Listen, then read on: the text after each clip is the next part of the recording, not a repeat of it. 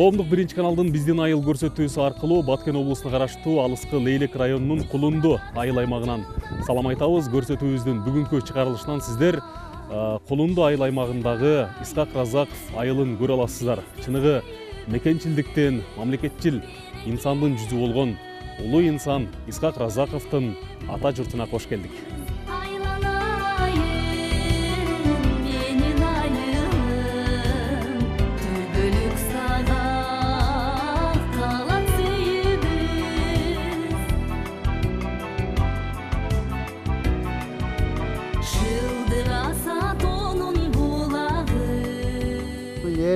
Yıllar bir kanal çıkıp, anan 51. 52. yıllarga oturtaşkan. Plan o neme olganda ayıl düşkön. Hazır hem alı ayıldan birin ekin üyler kalbasa kalgan yok bardık hele şu özleri kurup özleri emekli otar. Nevreçlerimiz, baldarımız köpçülüğü Bişkek'ten orna alıp ketken. Bizdin ayıl, bizdi suyumuz, bereke böp dolu ümüz. Aylan ayın, menin ayım, tübölük sağa kalan suyumuz. Bir yerde Varaşev kolhozu olgan, bir yerde Lenin kolhozu olgan. Yakta kim eken Rızanov kolhozu şular koşulup Kulundu kolhozunu düşkön. Kulundu kolhozu bu Respublikadagı Ardaq Taqsaga çıkkan milyoner kolhoz bolgan keyinçede. Uyuktığın senin bilemin, daim taza sağa dilegim. Alыс жақта иштеп жүрсөм да, сен деп соғып дайым жүрөгүм. Алыс жақта иштеп жүрсөm да, сен деп соғып дайым жүрөгүм. Биздин айыл, биздин сүйүүбүз, Elimiz men etkeç, elimizde bardığı nerse kolundan keler. Birbirine ıntımaksız yaşayız. Birbirini kukat, birbirini ızatta, hurmatta duruşatta biz el. Bizdin ayıl, bizdin suyumuz, bereke böp dolu ümüz. Aylan ayın, menin ayımım, tübölük sağa kalan suyumuz, tübölük sağa kalan suyumuz.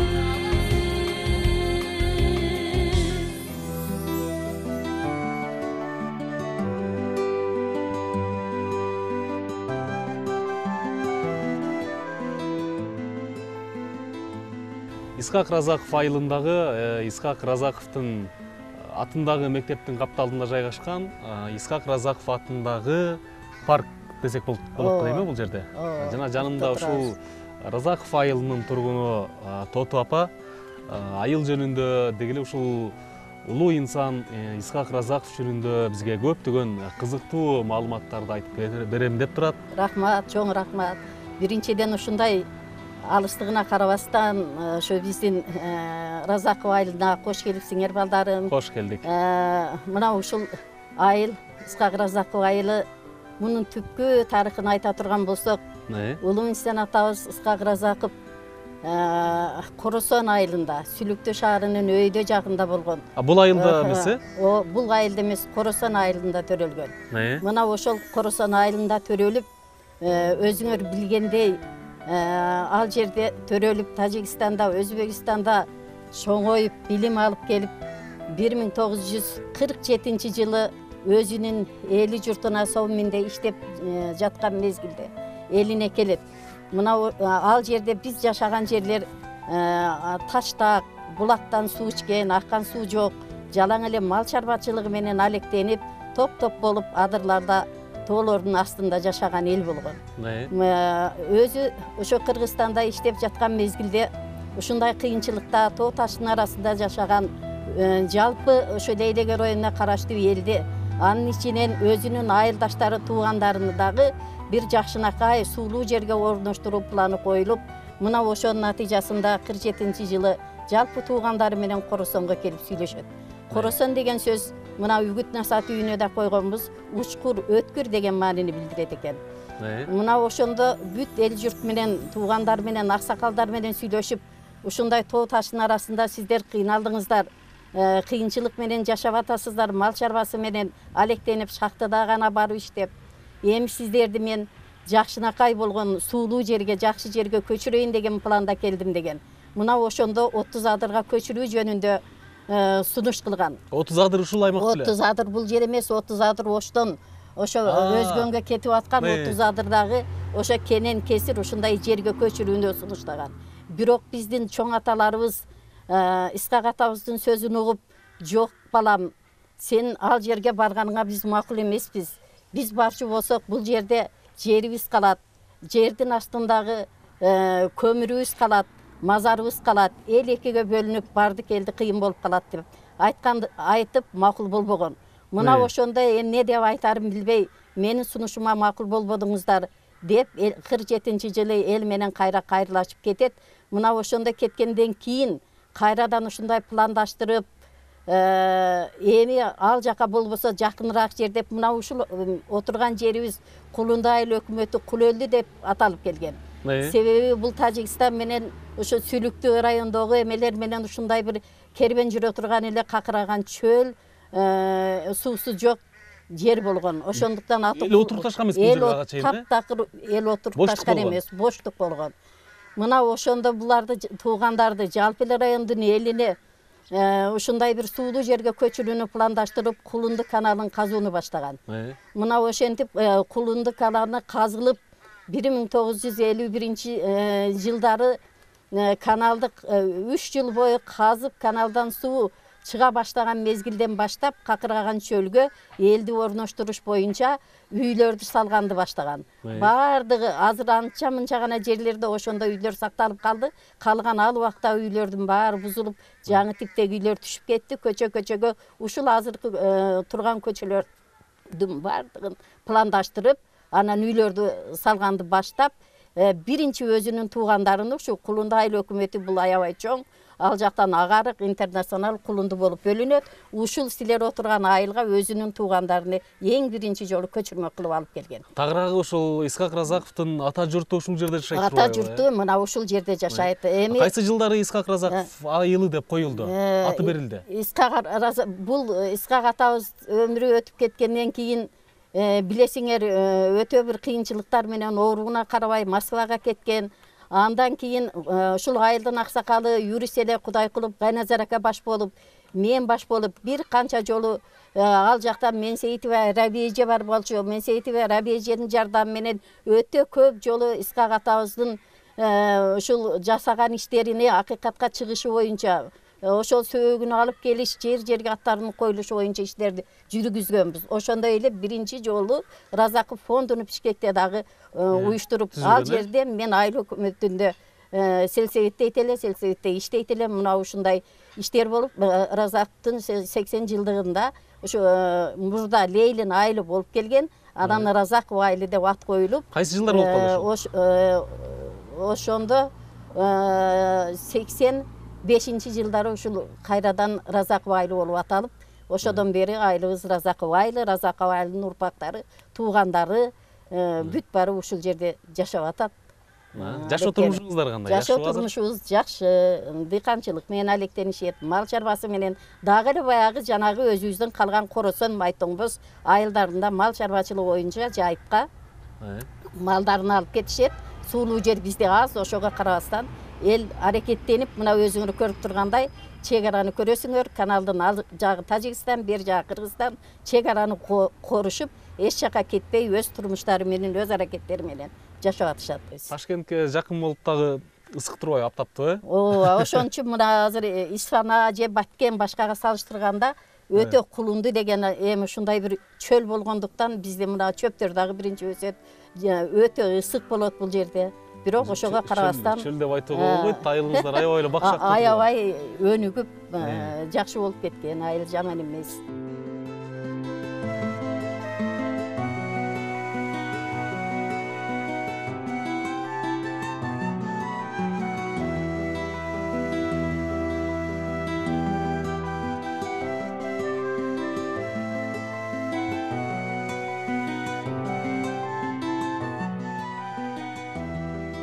Биз азыр ушул айылдын четиндеги Кулунду каналынын жээгинде турабыз.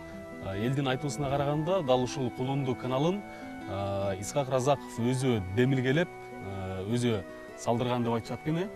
Жана ошондой эле эң кызыгы азыр ушул канал Кыргызстан жана Тажикстан өлкөлөрүнүн чеги. Биз азыр чекте турабыз. Болжол менен азыр канча бир 100 метрден кийин тажиктердин жери. Болжол менен азыр 500 метрден 1 километрге чейин тагы Кыргызстандын жери болгон. Азыркы учурда. Сайзын убагында. Азыр эми тажиктер бер жака өрлөп кирип алды да. Азыр мына эрте 50 метр, 100 метр эле. Мындан ары эле турбайбы? Эме турат. Көрүнүп турган айыл Тажикстандын айылы да, э? Тажикстандын айылы. Мына көчө биздин Кулунду айыл өкмөтүгө кирет. Исхак Разаков айылынын бир көчөсү да бул. Биз турган жер бул Кулунду айыл өкмөтүнө караштуу Исхак Разаков айылынын бир көчөсү бул. Жаңыбаев атындагы көчө. Бирок көрүнүп турган жер Тажикстандын айылы чек деп койсок болот, э?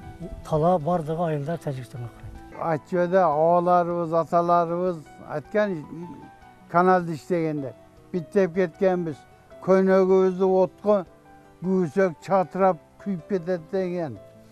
Шондай акыбалдарда кол менен казып, замбар менен көтөрүп турпан чыгарып, Кулунду колхозуна эч техника колдонулбай бүтүлгөн. Өздөрү 32 километр бу, ошондой 1951 жылы Сүйөркулов Саумин болуп турганда атайын приказ чыккан. Ал кезде Исхак Разаков биринчи секретарь болгон да Кыргызстанда. Атайын приказ чыгарып бүт техниканы бөлүштүргөн, акча каражатты бөлүштүргөн. Кожа Бакырган дарыясынан суу чыгаруу үчүн каналга бардык каражат бөлүнүп туруп, анан биздин өйдөгү каналга буйрук чыккан бул. Эми ошол эле мезгилде бул каналга дагы буйрук чыгып, бул Тажикстан менен Кыргызстан совместно иштеген биргеликте. Бул каналды? Биргелик иштеп туруп, анан себеби ошол мезгилде каналдын астында бүт кыргыздар жашаган. Буякта Сада айыл деген, онун бер жакта мына жакта Чуулдак деген айыл бар эле, буякта Селкен деген айыл болгон. Ошол айылдар бардыгы Кыргызстанга караган ошол мезгилде. Бул көрүнүп турган айыл Кыргызстанга караган. Жер дагы Кыргызстан, айыл дагы, эл дагы кыргыздар болгон бардыгы. Эми кече эгемендүүлүк башталганда булар эми бүт кыргыздарды жактан көчүрүп жиберип, тажиктер кожоюн болуп алды. Ошо жер дагы тажикке калды. Кыргыздын эли бардыгы көчүп чыкты. Бүт тажиктер азыр орноштуруп алды. Ошока жайланды. Бул азыр сууну, ушул каналдын суусун кимдер пайдаланат? Азыр суудун көбүнү Тажикстан пайдаланат. Анча-мынча гана мына кичине айылдар, кичине мына жагында 7 гектар жер бар. Ушул айылдын үлүшү, ошолор пайдаланат. Ошондой тажиктер эми бир жагы күч менен, бир жагы зордуктап барылар жерди басып алып атат. Кулунду айыл өкмөтүнүн территориясына эң границага жакын мына биздин айыл да, ушул айыл. Калган айылдар эми өйдөрө жогоракта. Аларга караганда биздики мына биз эми арыктан уже өтө албайбыз да. Акырында чек мына. Жакындап калып турду, э? Жакындап калат. Нар жагын өтсөңүз дары тажик солдаттары келет. Эмне кылып жүрөсүң деп кармайт. Ушу жолдон аяк өтүп жок. Баткен жерген бабалардын мурасы, кыргыз менен ынтымакка шерелген. Кыргыздар жумуру сөздүн барысы, достук менен жашап келген биренди. Баткен эли кадамжа, кызыл кыя сөктү, батпагылар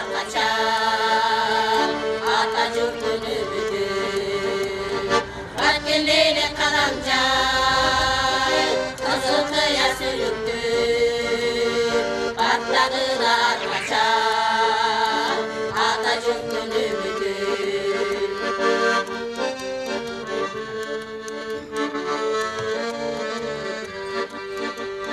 Peygamberler kadam baskan yerdemiz Kırgız yurtun bağbatıykan eldemiz Karam oylum altın beşi ay kulu Asıllardın en asılı yerdemiz Barken eyle kadam jay Kızıl kıya sürüktü Patlağılar kaçar Atatürk'ün ümidi Barkenlere kanam jay Kızıl kıya sürüktü Patlağılar kaçar Atatürk'ün ümidi Patlağılar kaçar Atatürk'ün ümidi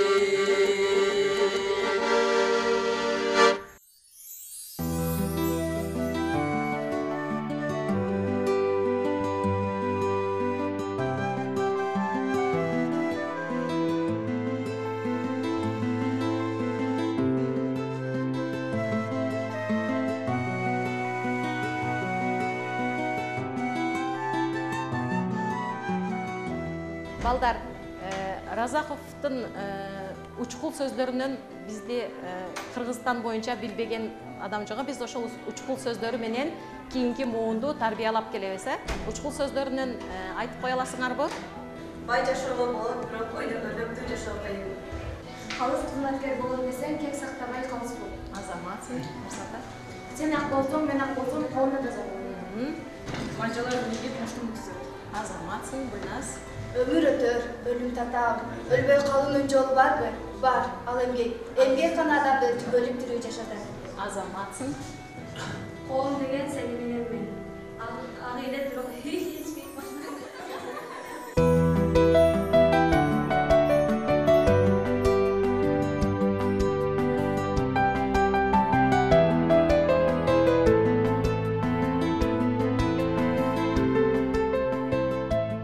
Öz айылыбыз 1956 жылы негизделген. Биринчи негизделгенде Кыргызстан 40 жылда орто мектеби болгон, Комсомолдо 40 жылда орто мектеби болгон. Андан бери мына ушул мектепте көп окуучуларыбыз күтүп, көп мугалимдерибиз эмгектенип келип жатат. Исхак Разаковдун 90 жылдыгына карата Исхак Разаков атындагы орто мектеби деп берилген. Ошондон бери азыр Исхак Разаков атындагы орто мектебинде 710 окуучу окуп келе жатат. Окуучулардын ийгиликтерин жөнүндө айтып коюп кетсек, окуучулардын ийгиликтери республикалык тесттерде жакшы жыйынтык көрсөтүп келип жатат. Эң алдыңкы упайыбыз 194 упай болгон. Андан сырткары окуучуларыбыз спорттук мелдештерде республика турнирлерде жеңип, 10 класстын окуучусу Элмиратул Исабай мастер спортун толтурган улуттук күрөш боюнча. Андан сырткары окуучуларыбыз спорттун башка түрлөрү боюнча да республика турларга барып катышып келип жатат. Азыркы убакта кыздарыбыз Баткен областыга биринчи лигага катышып келүүгө жолдомо алып, эртең 20 апрель күнү ойноп келебиз.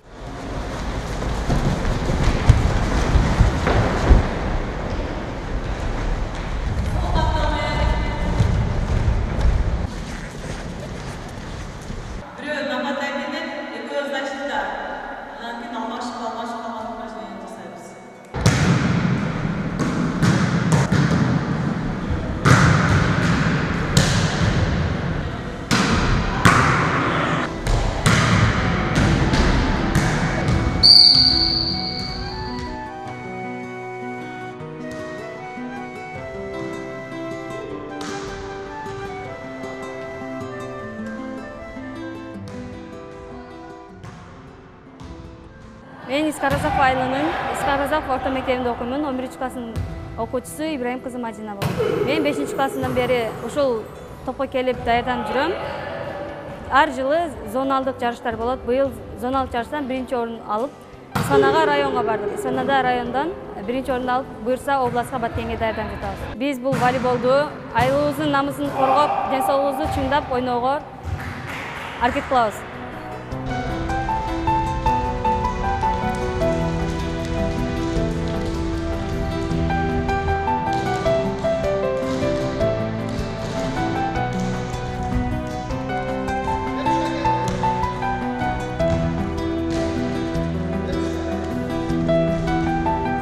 Мен Элмурат уулу Сабыр 2005 жылы Баткен областына караштуу Лейлек районунун Исхак Разаков айылында туулганмын. 4 классымдан баштап улуттук алыш күрөшү боюнча машыгып келе жатам. Биздин айылда алыш күрөшүгө өзгөчө басым жасалган. Менин тренерим Тургунбаев Абдужалил 4 классымдан бери машыктырып келет. Баткен областынын чемпиону болгом. Bir neçe жолу Лейлек районунун чемпиону болгом. Ош областынын 3 жолку чемпиону болгом. 2019 жылы кадеттер арасында Кыргызстан чемпиону болдум. Кудай буйрса дагы машыгып кыргыздын желегини дүйнөгө таанытканга аракет кыламын.